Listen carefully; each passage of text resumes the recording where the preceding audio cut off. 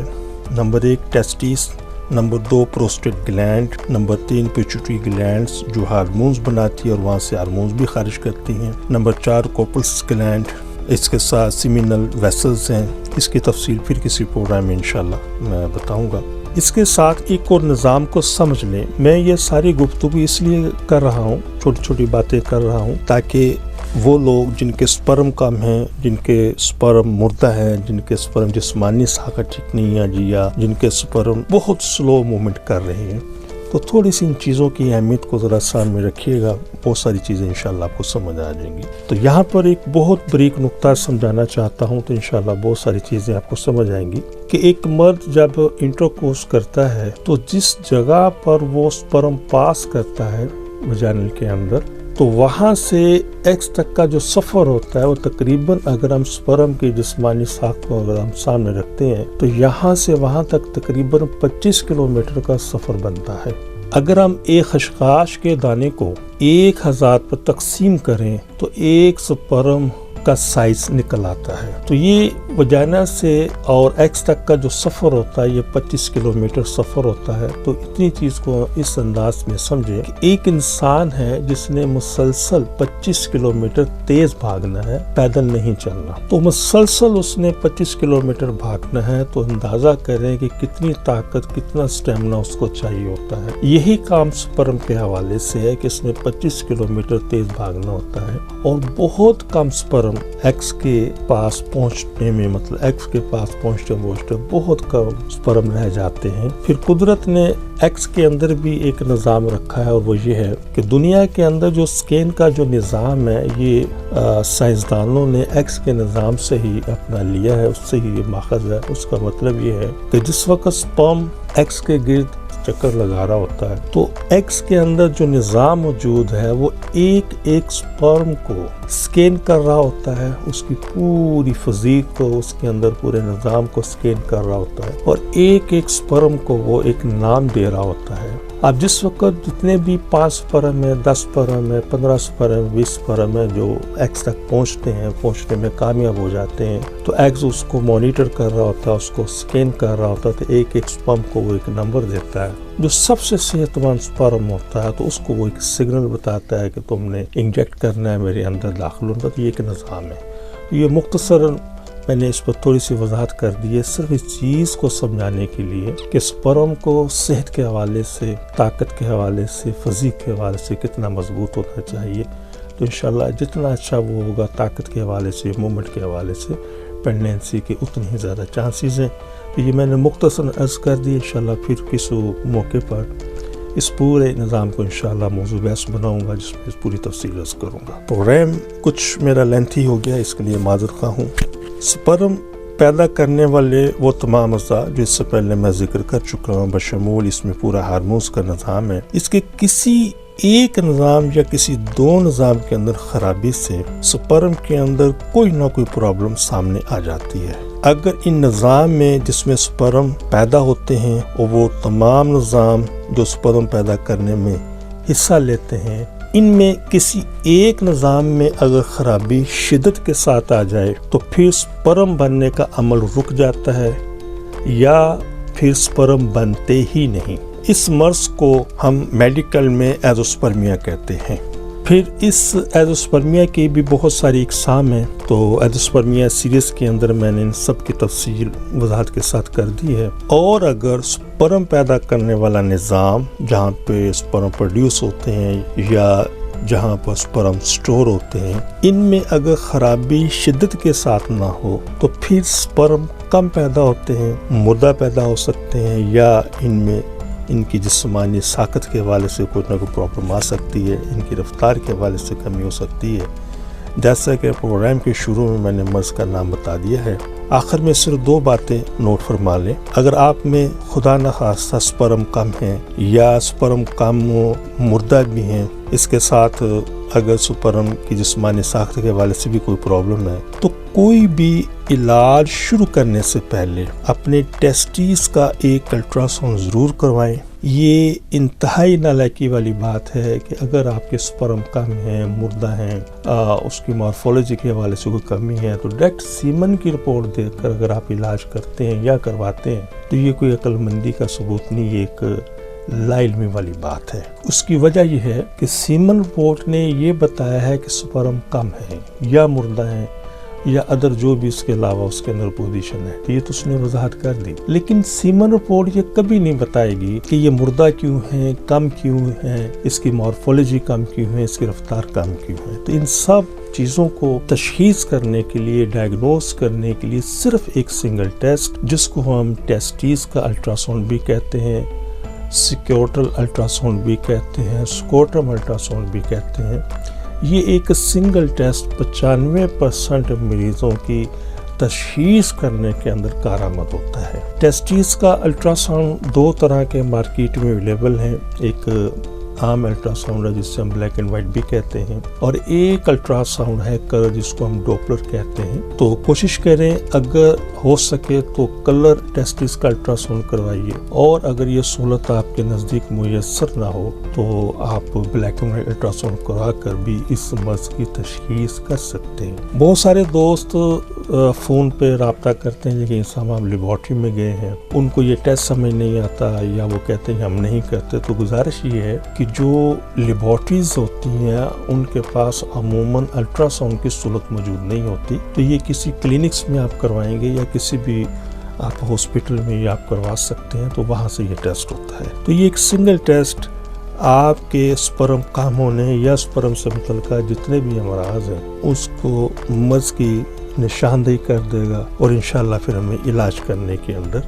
آسانی ہوگی۔ اس ٹیسٹ کے بعد آپ کی تشخیص ہو جائے گی اور آپ اپنا علاج شروع کر سکتے ہیں۔ اکثر مریض میرے پاس وہ آتے ہیں جو 10 سال سے 15 سال تک علاج کروا کے تھک گئے ہیں، لیکن انہوں نے علاج سے پہلے اپنا الٹرا ساؤنڈ نہیں کروایا ہوتا، تو وہ ان کا یہ وقت بھی ضائع ہوتا ہے، ان کے پیسے بھی ضائع ہوتے ہیں۔ تو دوبارہ ایک چیز عرض کرتا ہوں کہ ایک بات ہمیشہ کے لیے ذہن نشین کر لینی چاہیے کہ منی کی رپورٹ نے یہ بتایا ہے کہ سپرم کم ہے یا مردہ ہے یا جسمانی ساخت کے حوالے سے نارمل نہیں ہے۔ منی کی رپورٹ یہ کبھی بھی نہیں بتائے گی کہ سپرم کے کم ہونے کے پیچھے یا مردہ ہونے کے پیچھے وجہ کیا ہے۔ تو اس لیے فرسٹ آف آل کسی بھی شخص کو اگر سپرم کا کوئی ایشو ہے تو وہ سب سے پہلے اپنے ٹیسٹس کا الٹرا ساؤنڈ کروائے۔ تو یہ ایک سنگل ٹیسٹ آپ کو آپ کے اس مرض کی نشاندہی کر دے گا کہ آپ کے ہاں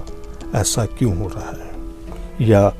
کن امراض کی وجہ سے آپ کے سپرم کم ہیں۔ اب ہم چلتے ہیں اگلے مرحلے میں، الٹرا ساؤنڈ کے بعد والے مرحلے میں۔ جس وقت ہم الٹرا ساؤنڈ کروا لیتے ہیں تو الٹرا ساؤنڈ کے اندر بہت سارے امراض ایسے بھی سامنے آتے ہیں جن میں آپریشن ضروری ہوتا ہے، جیسے ہائیڈروسیل ہے، ویریکوسیل ہے، ایپیڈیڈمل سسٹ ہے۔ تو یہ ان تمام موضوعات کے اوپر یوٹیوب پر میرے پروگرام موجود ہیں، وہاں سے آپ یہ دیکھ سکتے ہیں کہ ہائیڈروسیل کیا ہے، ویریکوسیل کیا ہے، ایپیڈیڈمل سسٹ کیا، اور بھی بہت ساری چیزیں یہ آپ دیکھ سکتے ہیں۔ تو یہ سب چیزیں الٹرا ساؤنڈ کے بعد ہی ڈیٹیکٹ ہوتی ہیں یا واضح ہوتی ہیں۔ اسی طریقے سے الٹرا ساؤنڈ جب ہو جاتا ہے تو بہت سارے وہ امراض جن میں آپریشن کی ضرورت نہیں ہوتی تو اس سے وہ سامنے آ جاتے ہیں کہ ان امراض کی وجہ سے سپرم کم ہیں۔ تو ساری گفتگو کرنے کا مقصد یہ ہے کہ شکر الحمدللہ عرصہ 38 سال سے زیادہ عرصے سے ہم ان تمام امراض کا علاج کہ جن میں آپریشن کی ضرورت ہے ان کا علاج، جیسے ویریکوسیل ہے، ہائیڈروسیل ہے، ایپیڈیڈمل سسٹ ہے، شکر الحمدللہ ہم بغیر آپریشن کے ان کا کامیاب علاج کر رہے ہیں۔ لہٰذا آپ کو یا آپ کے کسی عزیز کو بے اولادی کا پرابلم ہے تو اپنی پہلی فرصت میں رابطہ فرمائیے، انشاءاللہ مایوسی نہیں ہوگی اور آپ خوش و خرم ایک صحت مند زندگی گزاریں گے۔ علاج کی مدت کا تعین رپورٹس کے بعد فائنل ہوتا ہے۔ اکثر مریض ہمیں واٹس ایپ پر، فون پر اکثر بحث مباحثہ کرتے ہیں کہ یہ رپورٹ دیکھیں، ہمیں بتائیں اس پر کتنا ٹائم ہوگا، کیا اس پر ایکسپینڈیچر ہے، کتنا خرچ آئے گا۔ تو بڑی ادب سے گزارش ہے کہ کچھ لوگوں کی رپورٹ سے ان کی جو زندگی کا پچھلا حصہ ہوتا ہے اس کو اگر ہم سامنے رکھ کر کچھ مریضوں کی چیزیں فائنڈ آؤٹ ہو جاتی ہیں کہ انہیں مرض کیا ہے، کتنے عرصے کی انہیں علاج کی ضرورت ہے، کیا ایکسپینڈیچر ہے، لیکن تمام مریضوں کی رپورٹس دے کے یہ تعین کرنا ممکن نہیں ہوتا۔ اس لیے اپنی پہلی فرصت کے اندر کوشش کریں کہ ٹائم لے کر اپنی رپورٹس کے ساتھ تشریف لائیں تاکہ ایک مکمل تشخیص کے بعد آپ کو اس کی مکمل رہنمائی کی جا سکے۔ اندرون ملک اور بیرون ملک میں مقیم تمام خواتین حضرات سے گزارش ہے کہ میرا واٹس ایپ نمبر اسکرین پر آ رہے ہیں، آپ اپنی تمام رپورٹ واٹس ایپ کر کے مجھ سے فری مشورہ حاصل کر سکتے ہیں، اور جو خواتین حضرات خود تشریف لا سکتے ہیں تو وہ میرے واٹس ایپ اور فون نمبر پر وقت لے کر تشریف لائیں، مکمل رہنمائی کی جائے گی۔ آپ میرے لاہور ہیڈ آفس میں روزانہ ملاقات کر سکتے ہیں۔ اس کے علاوہ آپ راولپنڈی، ملتان، سیالکوٹ، فیصل آباد، سرگودا، حیدرآباد اور کراچی میں بھی وقت لے کر ملاقات کر سکتے ہیں۔ ان میں سے ہم نے کچھ شہروں کے اندر اپنے وزٹ سٹارٹ کر دیے ہیں، اور باقی ماندہ جو سٹی انشاءاللہ ان میں بھی ان قریب ہم بہت جلد انشاءاللہ اپنے وزٹ سٹارٹ کر دیں گے، اور اس کی انشاءاللہ ہم پوری تشہیر بھی کر دیں گے۔ تو مزید کسی بھی رہنمائی کے لیے آپ مجھ سے ڈائریکٹ میرے فون نمبر اور واٹس ایپ پر رابطہ کر سکتے ہیں۔ میں نے اس مختصر ٹائم کے اندر کوشش کی ہے کہ آپ کو 3 چیزیں میں سمجھا سکوں۔ پہلی بات، سپرم کیا ہے، کہاں پر پیدا ہوتا ہے، اور اس کی کس حد تک اہمیت ہے، اور اس کے اندر کوئی بھی اگر کمی آ جائے کسی بھی حوالے سے ہمیں تشخیص کرنے کے لیے کون سا راستہ اپنانا چاہیے۔ جس وقت ہم یہ پروسیس کر لیں گے تو ہمیں اس پہ علاج میں آسانی ہو جائے گی۔ تو ایک دفعہ پھر مزید اگر کوئی بھی آپ مجھ سے رہنمائی حاصل کرنا چاہیں تو میرے واٹس ایپ اور فون نمبر مجھ سے آپ رابطہ کر سکتے ہیں۔ بہت ساری دعاؤں کے ساتھ اللہ حافظ، السلام علیکم۔ محترم ناظرین، ہماری دعا ہے کہ ہر آنگن اولاد کی خوشیوں سے مہکتا رہے، لیکن اگر خدا نخواستہ کوئی بھی کپل ابھی تک اولاد جیسی نعمت سے محروم ہے تو ہماری طبی تحقیق سے ضرور فائدہ اٹھائیے، اور وہ خواتین و حضرات جنہیں ڈاکٹر حضرات نے IVF، IUI، ICSI یا دیگر کسی بھی حوالے سے ٹیسٹ ریویو کا مشورہ دیا ہے، تو ہماری ان سے بڑی مؤدبانہ گزارش ہے کہ ان تمام چیزوں سے، ان تمام سلسلوں سے پہلے ایک مرتبہ ہم سے ضرور کنسلٹ کریں۔ انشاءاللہ ان چیزوں کی ضرورت باقی نہیں رہے گی۔ اب میں آپ سے اجازت چاہوں گا اپنے اس پروگرام سے، تو دوبارہ ایک پھر عرض کرتا چلوں کہ اگر کسی بھی حوالے سے اگر کوئی چیز آپ پوچھنا چاہیں تو آپ مجھ سے فون پر رابطہ کر سکتے ہیں، یا وقت لے کر میرے کلینک پر تشریف لا سکتے ہیں۔ اپنی دعا میں یاد رکھیے گا۔ بہت شکریہ۔ السلام علیکم ورحمۃ اللہ وبرکاتہ۔ پاکستان زندہ باد۔ آپ سے گزارش ہے کہ ہمارے اس پروگرام کو سبسکرائب کریں، لائک کریں، شیئر کریں، تاکہ ہماری آنے والی تمام ویڈیوز آپ تک آسانی سے پہنچ سکیں۔